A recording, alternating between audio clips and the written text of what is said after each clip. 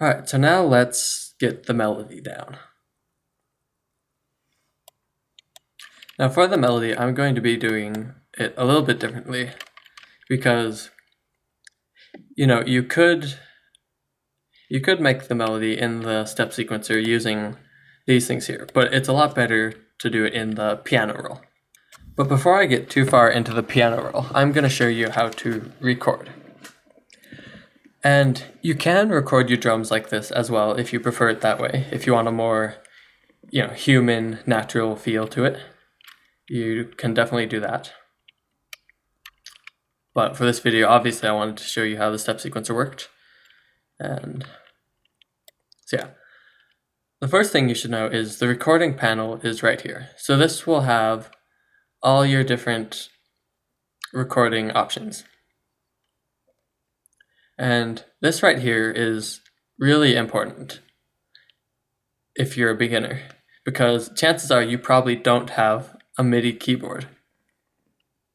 And what this option does is when it's orange, when it's on, when it's lit up, is it turns your normal computer keyboard into kind of a piano keyboard.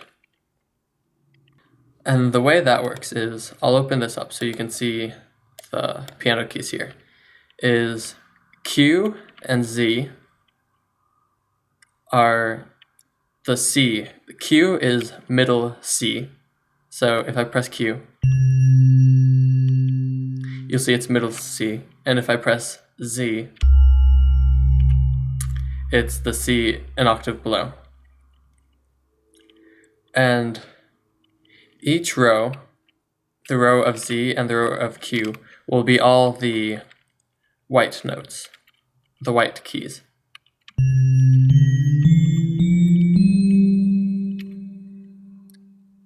And the rows above those will be the black keys. So 2 and 3 are the black keys. And that's just a really cool thing if you don't have a MIDI keyboard, because it allows you to play, your melodies or whatever just on your own computer keyboard. Okay. And this option, I'm not going to cover all these options, I'm just going to cover the most important, the most basic ones.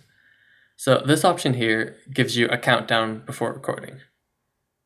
And you'll see more about that in a minute. And then this option, it's not only for recording, it'll give you a metronome as the song is playing. So if I highlight this and go back to the drum beat for a second,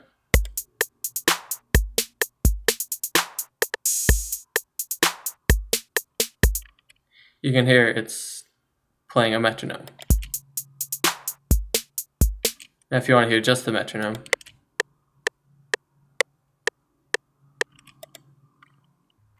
okay, so let's get back into the synths, and let me just make sure I have this melody down right.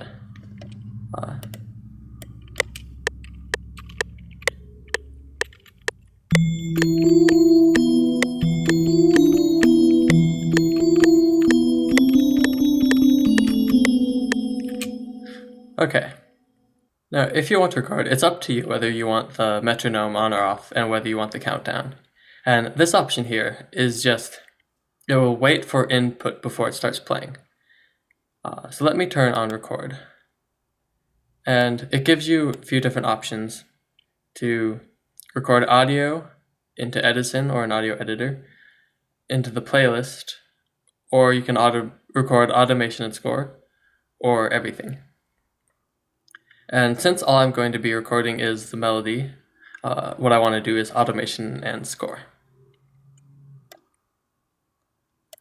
And you can see if I highlight this, it says wait.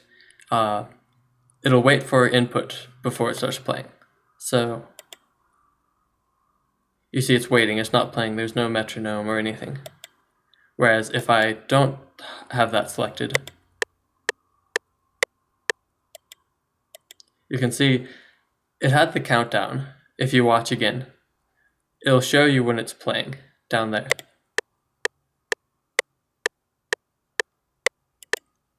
So it gave you a countdown of 4. Now, if you have more beats per pattern, it'll give you a longer countdown. So if I have this set at 8, it'll give me a countdown of 8.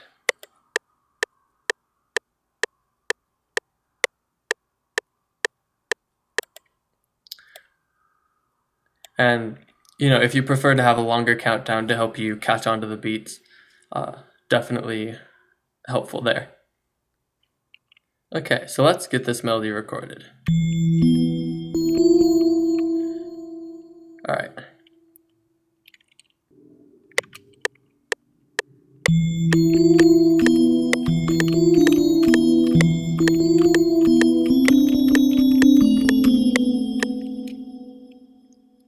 Okay, so you can hear now, I'm going to turn off the recording for a second. You can hear that I've recorded the melody.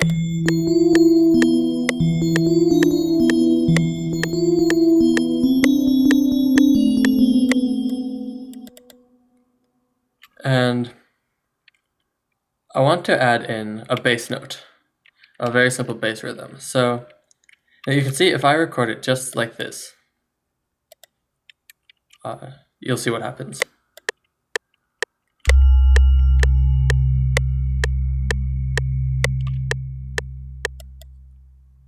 You can see it replaced what I had previously recorded with the bass tone.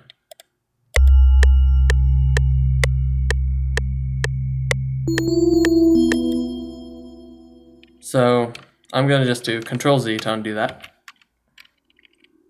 And the way you can get it to record additional notes instead of recording over is by having this option highlighted here, which is blend recording or overdub. And I'm going to turn off the metronome because I'll just follow along with the melody, because I want a really simple bass line. But I need to have it recording first.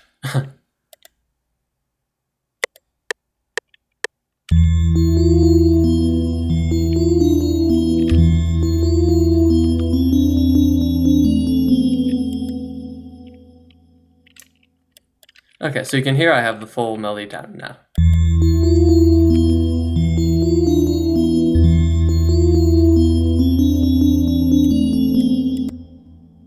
Now you can hear the timing isn't that great. So what you can do to fix that is go into the piano roll. And you can do that by, if you click any piano roll information on a channel, it'll take you to that channel's piano roll. You could also bring it up by clicking the View Piano Roll or F7. And then, if for some reason you're in the wrong option, if you're in the wrong channel, you can come up here to select which channel you want. And it'll show you, it'll have a check mark next to the channels that are in use. So I want to be in the Autogun channel. And I'm gonna, just for a second, rename this Bells. And I'm gonna make it pink. Okay, but back to the Autogun. So inside the piano roll, you have a number of different tool options up here. And I'm not gonna go into too much depth right away. I'll cover them more as I move along. But right now what I'm going to do is click the little magnet button, which determines the snap. There are a number of different settings that you can choose the snap to be. And right now, I want the snap to be on a half beat, because that's the shortest note I used in this melody. And if you want more control, you can change it to a half step, or a fourth of a beat, or a step, or so on. But for right now, I want it to be at half of a beat. And you can see if I click and drag them around, it will only snap to these points.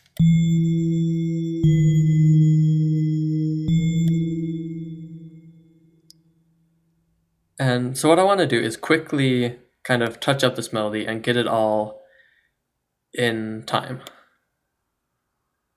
And so how I can do that is I can click this arrow and go down to Tools and select Quick Quantize, or I could just press Control Q. And this will just put the different notes in the snap settings. So let's see how that looks.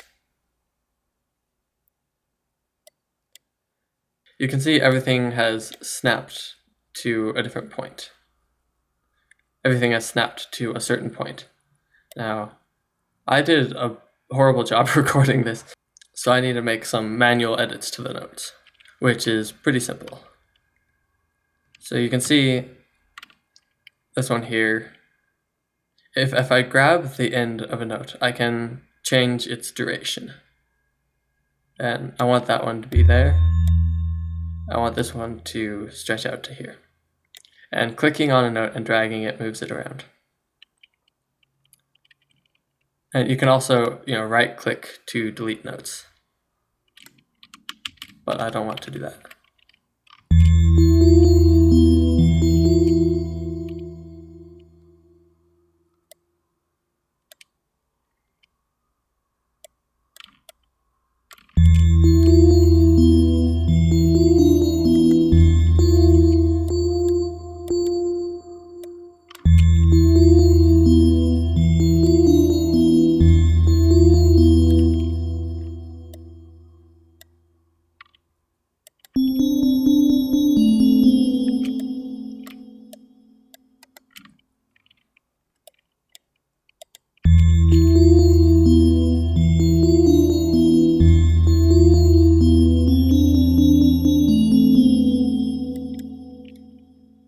Okay. I don't know why I had such a hard time recording that, but I've got it all fixed up now. And what I want to do is, I want to copy this, I want to have this play again, and then I want to have it play again, but at starting on a different key. So I could come in and draw them all in manually. So here's the bass tone, and another cool function of the piano roll is if you click on a note, it will kind of add that note to a sort of clipboard. So if I click on this, the next note I place will be that length. And if it has different information associated with it, such as panning values, which you can edit down here, like this changes the velocity. And again, this works pretty much the same as the graph editor in the step sequencer does. So I can Alt-click to fix it back up, to reset it. But to choose the different options there, you go up here and click, and you can have note pan, note velocity, note release, etc. But I'm not going to be doing that in this song. So yeah, I could draw all these in manually, but an easier way is to select it all by holding Control and then clicking and dragging to select it. And now I can do two things here. I can do Control C to copy it, and the way copy paste works in the piano roll is it will paste it into the first available bar. So you'll see it has these numbers, 1, 2, 3. So if 2 is the first available bar and I do Control V, it will paste it in starting from number 2. But I want it to start at number 5. So I'll have 5 be the first available one and Control V. And then it starts there. Now I want to get rid of this note. So I'm just going to right click it to delete it. And the other way to duplicate your piano roll data is to select it all, and then you can either click and hold, or you can shift click. So here's shift clicking, and then it'll even keep it on the key.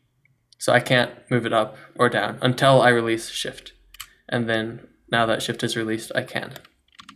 And the other option is to just click and hold, and then it'll duplicate it like that. And yeah, so I want to pitch it up after it plays this much. Let's see how that sounds.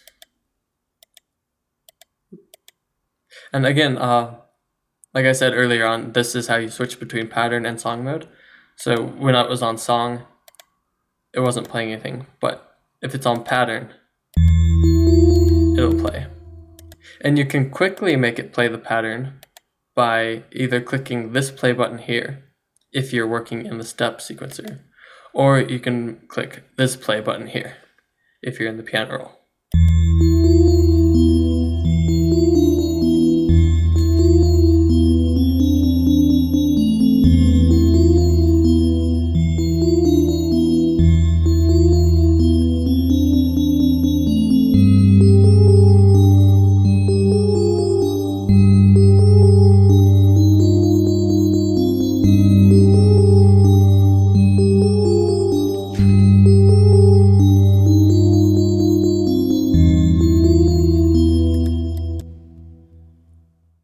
Thanks for watching my tutorial video. I hope you found it to be helpful.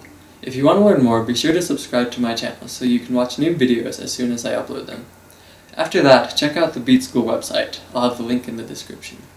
All my tutorials are organized on the site so that you can easily find what you need by browsing through the different categories. There are also a ton of awesome resources to help you in every aspect of music production. And if you want to help support me, you can buy any of my sample packs, preset packs, or project files for only $5 or less. This gets you some great sounds for a great price and allows me to spend more time making these tutorials and working on the website.